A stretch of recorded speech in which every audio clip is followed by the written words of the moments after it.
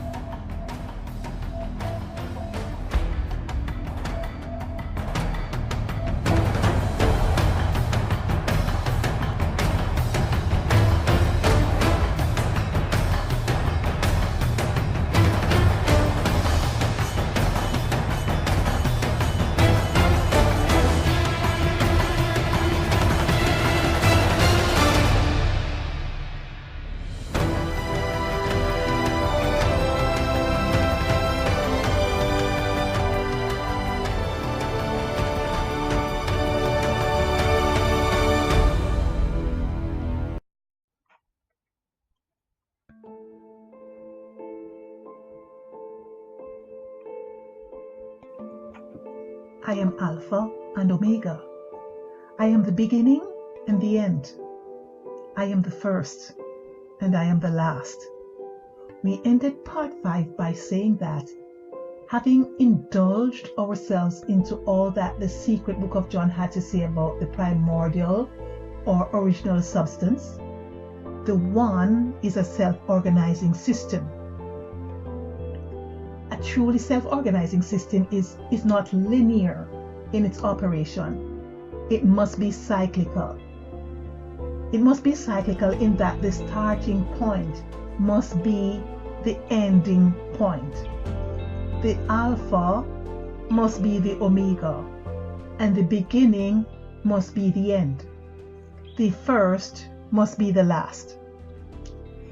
Since there is what can be considered to be a starting point, and since the end coincides with this starting point, the cycle comprises both advancement and regression. And so, in the case of the life-giving source, there is advancement and regression. The cycle of the life-giving source has 3 stages. And we have looked at the stages over and over, but we will say them again. These stages are evolution, involution, rest. Evolution, involution, rest. Evolution, involution, rest. The rest stage is a less developed or simple state. It is an absence of tension due to chaos, advancement, paradox, or regression. But the rest stage does not by any means imply the absolute cessation of movement. Space, or the one, continues to vibrate because life is supported by movement, and perpetual life of necessity requires perpetual movement. And in the absence of life, there is nothing to bring back life. There is nothing to bring back, reflect, throw back, or reproduce life. Life has to be perpetual, and so the life-giving source is perpetually living. The evolutionary stage of the consciousness is a period of advancement. It is a time in which the original substance takes itself from less to more. A time of advancement from sleep to fully awake. A time of upward movement from simplicity to complexity. And complexity does not suggest an advancement that is governed by more complex rules. Complexity refers to the level of awareness. The more expanded the awareness of the consciousness, and the more sensitive it is to the functionality of the cosmos, the more complex is the consciousness. The more limited the awareness, the more limited the response to the wider cosmos. The more limited the awareness, the harder it is to appreciate the interrelatedness or interconnection of the all. The more limited the awareness, the stronger the intensity of separateness. The more limited the awareness, the more limited the knowledge of the cosmos. So, the cosmos does demonstrate or manifest knowledge and behavioral pattern that is not identified at the religious self-consciousness state, neither can be understood at that religious state. The advancement process is achieved by a system of combination that cannot be simpler put than is outlined in the revelation of the eternal realm. Therefore, as always, we point you to the revelation of the eternal realm. What I will say, however, is that a self-organizing system is one in which certain pattern within the system emerges from the interaction or combination among the lower or simpler components. And this interaction takes place without any external influence. All processes are governed by the system's own internal logic. The involution stage is a period of regression marked by unraveling and a pulling in of everything into or onto itself. Every self-organized system has its own internal logic that governs its mode of operation. The internal logic system of the life-giving force is referred to in some books as foreknowledge because it exists before knowledge and is what gives rise to knowledge. The internal logic system gives rise to mathematical principles from which law emanates. And so law is founded on cause and effect. From once a cause is put into operation, it will undoubtedly be accompanied by an effect. Cause and effect are undeviating and inflexible, and manifest itself as such both in the realm of the physical as in the realm of the non-physical. Another attribute of the self-organizing system and the life-giving force is the process by which it organizes itself. When there is an emergent consciousness that is out of phase or out of alignment with that from which it emerges, the life-giving force takes itself through a process of selection. The selection process is very important if both states of the consciousness is to be preserved. We refer to the cosmic cresto as a reaping phase message. The cosmic cresto is what makes that final transformation that allows the awakened to vibrate at that vibrational frequency that is befitting entrance into another dimension. And of recent time, we hear the selection process also being referred to as the critical mass. So there's a critical mass theory. The life-giving source rises from rest in chaos.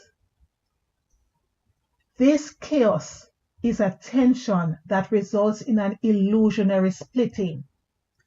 This splitting is the first female-male representation. The higher and the lower mind, the true self and the ego. The feminine component is that which brings about the creation of the all. This takes us to the final attribute that we would like to discuss. The attribute is the ability to subdivide itself.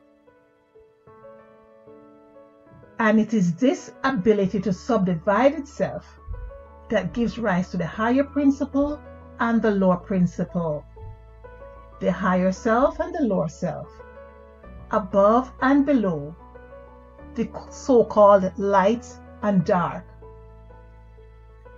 An important point to bear in mind as we continue journeying throughout this series is that the higher principle is in contradiction or out of phase with the lower principle. It is therefore necessary that the two principles be kept apart if they ought to coexist or be preserved. The life-giving source slowly becomes structured by a process governed by its own internal logic. There is no external intervention or influence. All that happens within itself and for itself.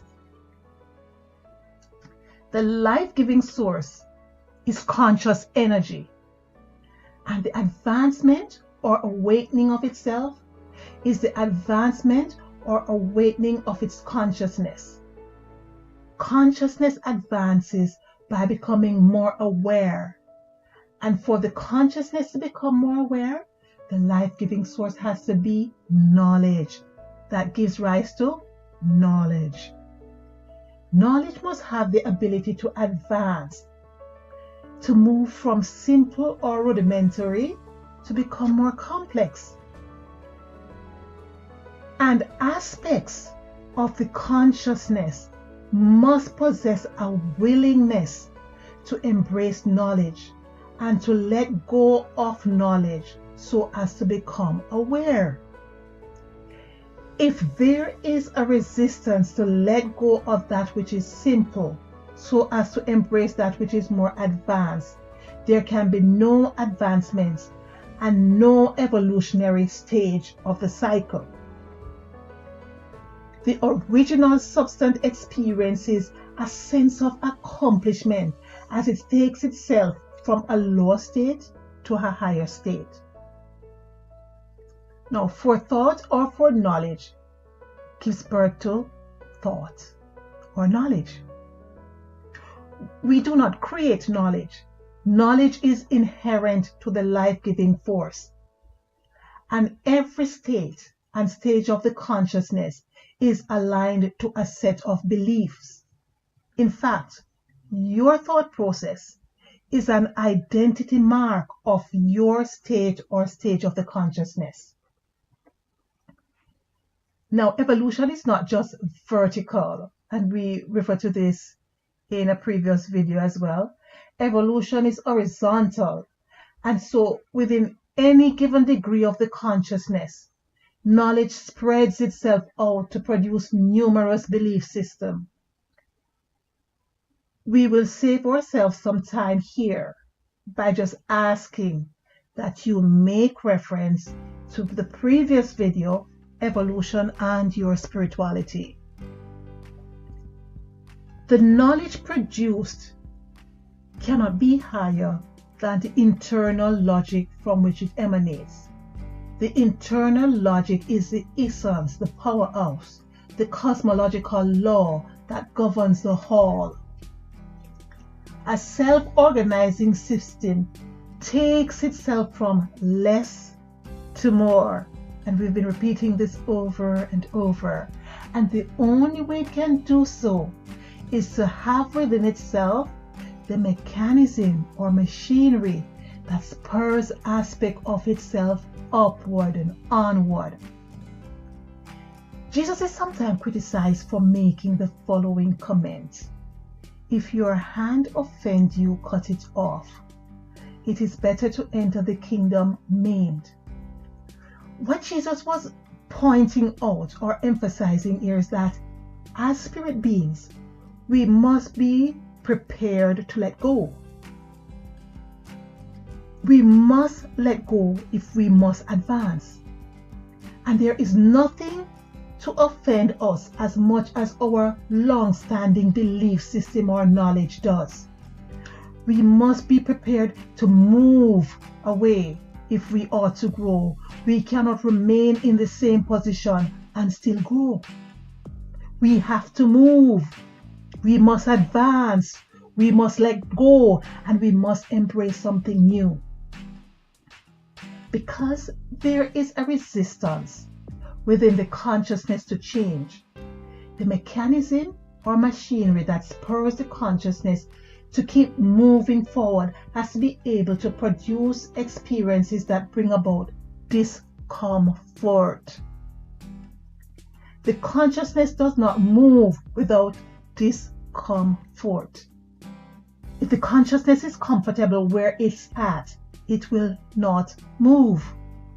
And so we have what is referred to as evil by the religious consciousness. But evil is a necessary part of our evolutionary experience.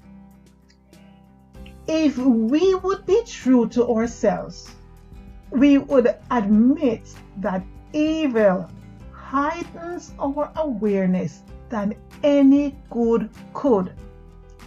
It is the fiery trials that purifies. It is the fiery trials that brings about evolution. And so Jesus said, do not resist evil. Do not rebel against evil. Do not talk bad about evil. Do not judge, because what you call evil could only be so classified by your act of judgment. And who are you to judge the machinery or the mechanism by which the original system seeks to advance itself? Who are you really? Do not resist evil. In the eye of the original substance, there is no good and there is no evil.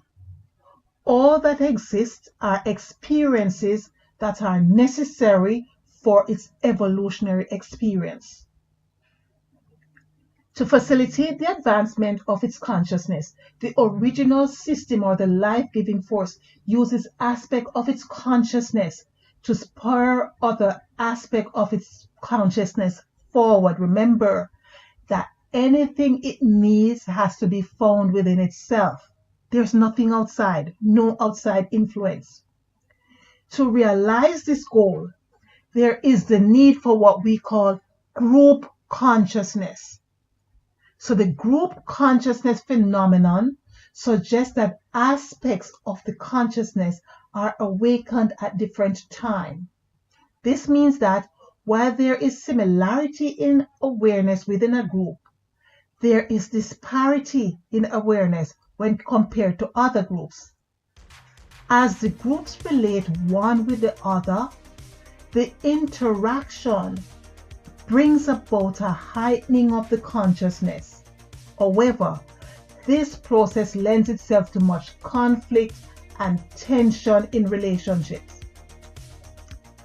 Inasmuch as a younger spirit being provides trials to spur the older spirit beings forward, the younger spirit beings themselves learn from the older spirit beings. Do not resist evil.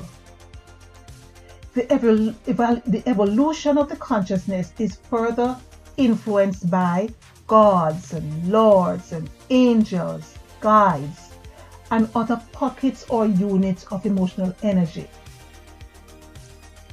I am afraid that this is as much as we're able to cover today.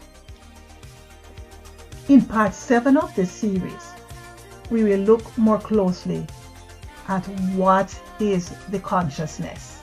As always, aspire to become full.